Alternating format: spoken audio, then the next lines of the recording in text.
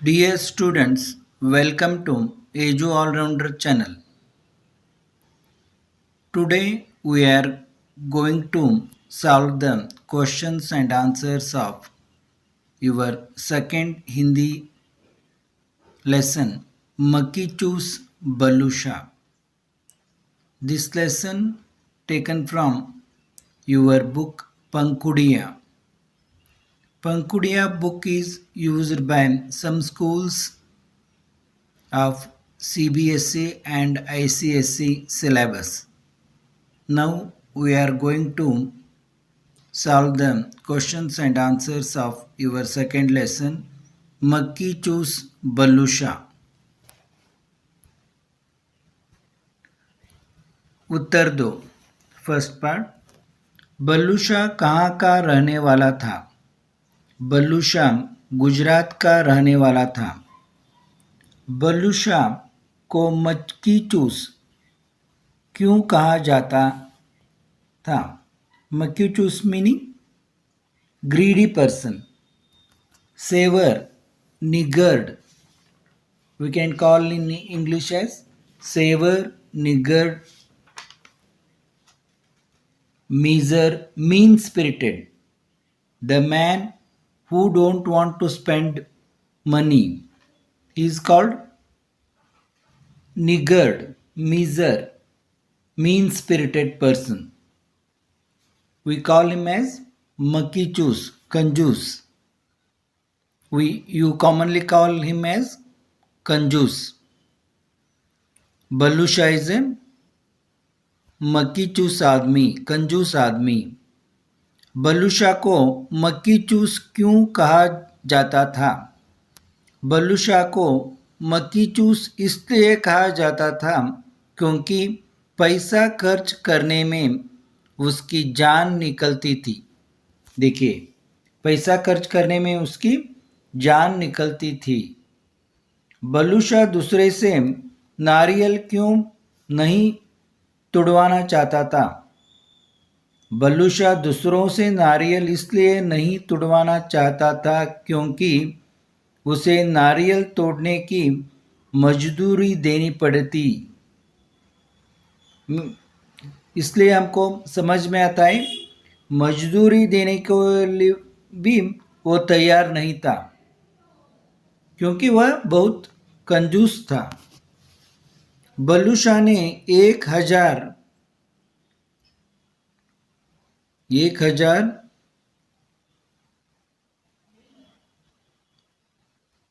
ब्राह्मणों को भोजन खिलाने का प्रण क्यों किया? बलूशा ने 1000 ब्राह्मणों को भोजन खिलाने का प्रण इसलिए किया क्योंकि वह नारियल के पेड़ पर चढ़ तो गया लेकिन उतरते देखिए क्या हो गया. नारियल पेड़ तो चढ़ गया लेकिन उतरते समय उसकी नज़र जमीन पर पड़ी तो उसने देखा जमीन बहुत दूर है. यह देखकर उसके हाथ पैर फूलने लगे. उसने मन ही मन प्रण किया कि यदि सही सलामत नीचे उतर गया तो 1000 ब्राह्मणों को भोजन करवाएंगे.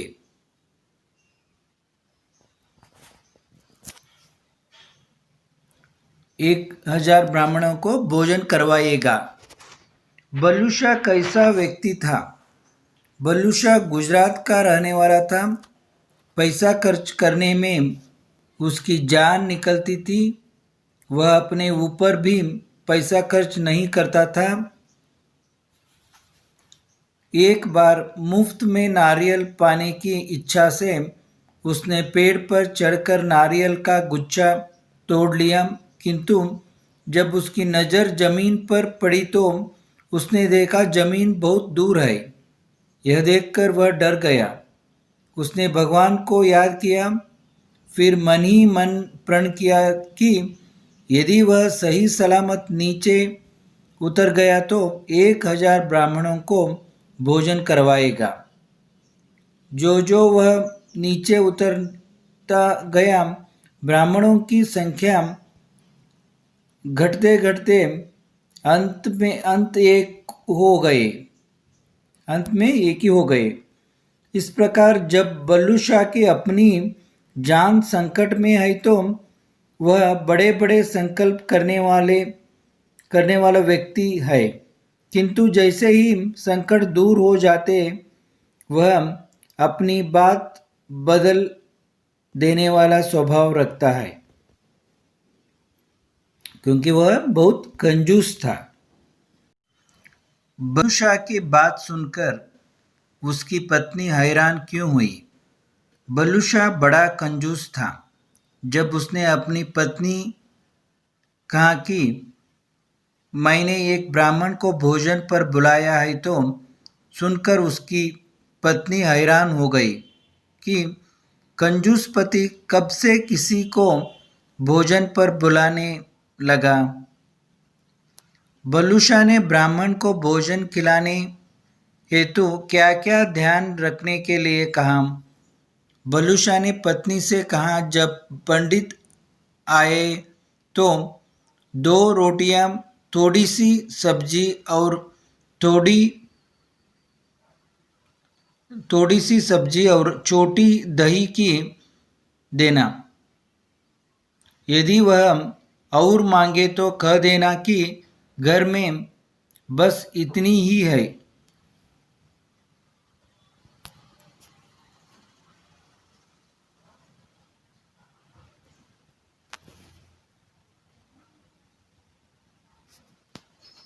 इस कहानी के माध्यम से लेखक ने मानव की बदलती मनोवृत्ति पर प्रकाश डाला। स्पष्ट कीजिए। इस कहानी के माध्यम से लेखक ने मानव की बदलती मनोवृत्ति को बड़े ही रोचक ढंग से दिखाया है कि किस प्रकार मुसीबत में फंसकर मनुष्य बड़े बड़े वादे संकल्प करता है और जब मुसीबत टल जाती है तो वह अपने किए वादा से मुकर जाता है। जिस प्रकार बल्लू शाह ने प्रारंभ में 1000 ब्राह्मणों को भोजन करवाने की बात कही, धीरे धीरे ब्राह्मणों की संख्या घटते घटते 1 रह गए। भाषा की बात सही गलत लिखिए। बल्लू शाह दानशील व्यक्ति था, गलत। वो तो कंजूस था। पैसा खर्च करने में उसकी जान निकलती थी, सही। बल्लू शाह गुजरात का रहने वाला था, सही। उसने 1000 ब्राह्मणों को भोजन करवाया, गलत। बल्लू शाह का वश चलता तो वह 1000 ब्राह्मणों को खिलाता, गलत। Now we will move on to the next part. नीचे दिए वाक्यों के सामने अकर्मक या सकर्मक लिखिए। क. बल्लू शाह ने नारियल तोड़े। ये सकर्मक होता है, क्योंकि अब पूछे तो बल्लू शाह क्या तोड़े? बल्लू शाह नारियल तोड़े। ऐसे हमको उत्तर मिलता है। ये अगर आप क्वेश्चन पूछा तो उत्तर मिला तो ये सकर्मक होता है। कैसे? अभी हम डेफिनेशन देखेंगे। अकर्मक क्रिया की पहचान करने के लिए क्रिया से पहले क्या, किसे, कहाँ, किसको और प्रश्नवाचक शब्द लगाकर देखना चाहिए। अगर उत्तर मिले तो क्रिया सकर्मक होती है, नहीं तो अकर्मक। इसलिए ये सकर्मक होता है। हमको इधर उत्तर मिल रहा है। क्या तोड़ रहा है? नारियल तोड़ रहा है। अभी नेक्स्ट, उसकी नज़र जमीन पर पड़ी। ये भी सकर्मक है। उसकी नज़र कहाँ पड़ी? जमीन पर पड़ी। अब उसके हाथ पैर फूलने लगे। क्या फूलने लगे? हाथ पैर फूलने लगे। ये भी सकर्मक है। बल्लू शाह का जी ललचाने लगा। क्या ललचाने लगा? जी ललचाने लगा। ये भी सकर्मक है। उसे पेड़ पर चढ़ने का अनुभव था। किधर चढ़ने का अनुभव था? पेड़ पर चढ़ने का, ये भी सकर्मक है। वह रसोई घर में चली गई, वह कहाँ चले गई? रसोई घर में चली गई, ये भी सकर्मक होता है। Now we will move on to the next. पढ़िए, समझिए और एक शब्द स्वयं लिखिए। इधर विलोम शब्द दिया है, opposite words they are given, they are giving opposite words, you have to find the opposite words. पसंद, नापसंद, संतुष्ट, असंतुष्ट, ज़्यादा, कम। अब इधर कुछ वचन दिया है, विभक्ति और विभक्ति रहित, विभक्ति सहित। एक वचन और बहुवचन में कैसा होता है देखेंगे। नारियल, नारियल, नारियल का, नारियलों का। पेड़, बहुवचन, पेड़। एक वचन, पेड़ पर, विभक्ति सहित, पेड़ों पर। विभक्ति रहित, पैसा, पैसे, पैसे का, पैसों का। आपका बुक में दिया है, आप देखिए। तना, तने, तने पर, तनों पर। पत्नी, पत्नियां, पत्नियों, पत्नी को, पत्नियों को। ये विभक्ति सहित है। अभी विभक्ति रहित सेठानी हमको दिया है करने के लिए। सेठानियाँ, सेठानी बहुवचन सेठानियाँ, एक वचन सेठानी से, विभक्ति सहित सेठानी से। बहुवचन में विभक्ति सहित सेठानियों को। पत्नियों को कैसा होता है? ऐसे सेठानियों को। Now we will move on to the next part. अभी नेक्स्ट लिंक के बारे में दिया है, वो पुस्तक में दिया है, किताब में, वो आप पढ़ सकते हैं। और हमको इधर एक अनेक शब्दों के लिए एक शब्द, जो ईश्वर में विश्वास रखता हो आस्तिक, जो ईश्वर में विश्वास न रखता हो नास्तिक, जिसमें बल न हो निर्बल, जिसमें बल हो सबल। आकाश को चूमने वाला, आकाश को चूमने वाला, गगनयात्री।